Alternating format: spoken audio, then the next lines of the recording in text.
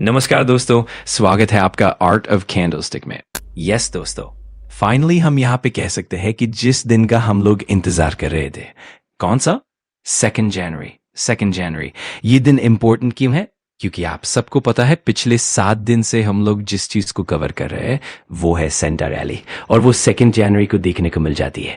शुरुआत होती है 24 दिसंबर से और बंद होता है 2 जनवरी को।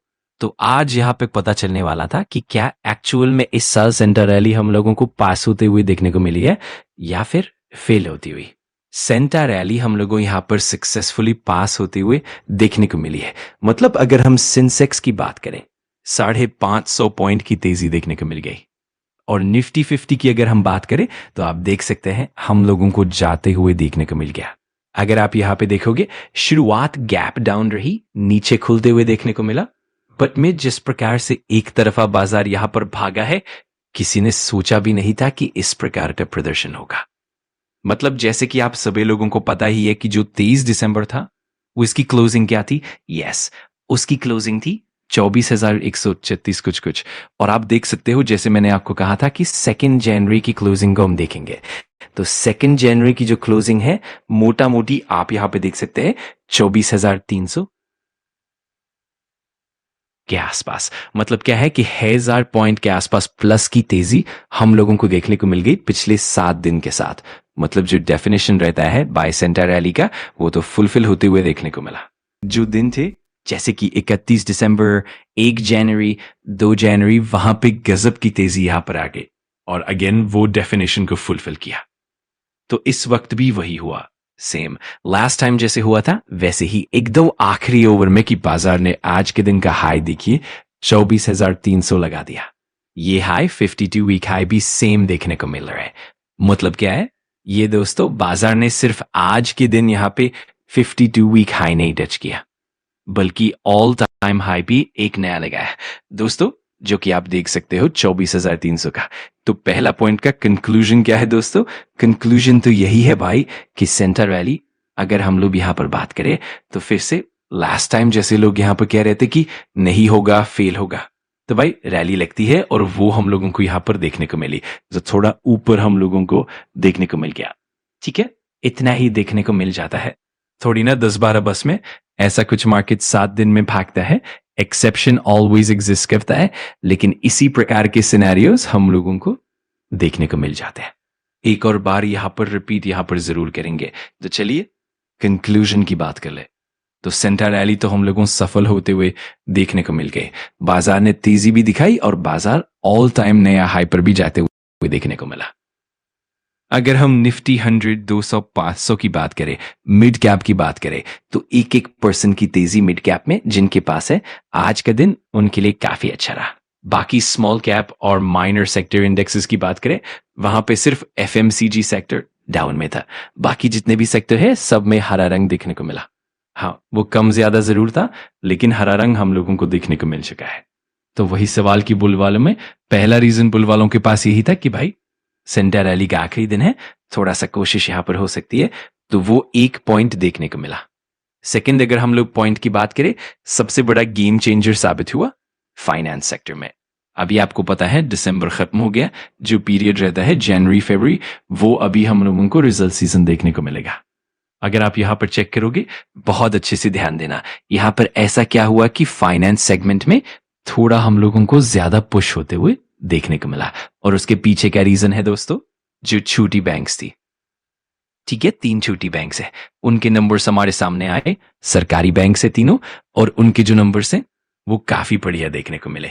बाजार में भी उनके नंबर्स देखकर अब बड़े बैंक्स को उम्मीद आई कि शायद हमारा Q3 का भी प्रदर्शन अच्छा हो सकता है।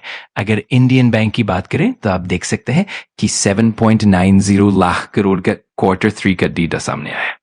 इस चीज के चलते इंडियन बैंक में अच्छा प्रदर्शन देखने को मिला। पीएसबी की बात करें, Punjab and Sind bank, again एक सरकारी बैंक, तो इनका डेटा सामने आ गया।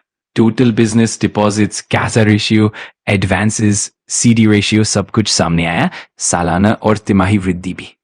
मतलब पॉइंट क्या है, इन्होंने जो डेटा सामने रखा, प्रदर्शन के नंबर, वो बाजार को पसंद आया।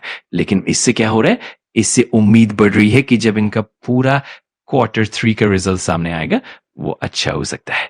इसके अलावा इनके एडवांसेस 11% तक बढ़ गए, डिपॉजिट्स 12% तक बढ़ गए, कैसा रेशियो में सुधार हुआ। मतलब दोस्तों जो छोटे छोटे बैंक है इसी प्रकार से चलते हुए देखने को मिल जाता है। और यही सबसे मजबूत कारण है कि फाइनेंस सेक्टर में अच्छा प्रदर्शन देखने को मिला। जो फाइनेंस वाली कंपनियों ने अपने Q3 का अपडेट सामने रखा है वो काफी हाई लेवल का है। अगर कोई सवाल पूछे कि सर अगर उम्मीद टूट गई तो भाई जब कंपनी के नंबर्स उम्मीद के मुताबिक नहीं आएंगे तो वैसे ही मार्केट में करेक्शन होगा। बाकी आखिरी 2 हफ्ते आप मोटा मोटी पकड़ कर चले ना, अलग अलग एक्सपेक्टेशन सामने आ रहे हैं। जैसे कि अभी भी एक एक्सपेक्टेशन सामने आई है कि इस वक्त कैपेक्स के बारे में निर्मला सीतारमन जी खुद बताएंगी।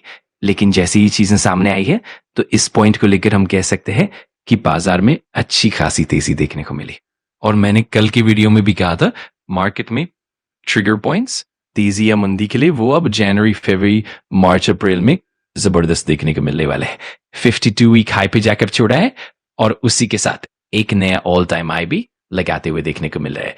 वीडियो क्लोज करने से पहले बस समरी में इतना ही कहना चाहूंगा कि सेंटा रैली की अगर हम बात करते हैं वो सफल देखने को मिली, और जो तेजी देखने को मिली उसमें सबसे मजबूत कारण रहा कि सरकारी बैंक PSU बैंक के जो अपडेट सामने आए हैं उन्होंने उम्मीद दी कि बाकी बैंकों के नंबर्स भी अच्छे आ सकते हैं। अगर फाइनेंस सेक्टर अच्छा करेगा तो वो सबसे बड़ा इंजन है। आप सब लोग जानते हैं करीब 30% वेटेज देखने को मिलता है, तो बाजार को अकेले अपने दम पर ऊपर ले जाने की भी क्षमता है।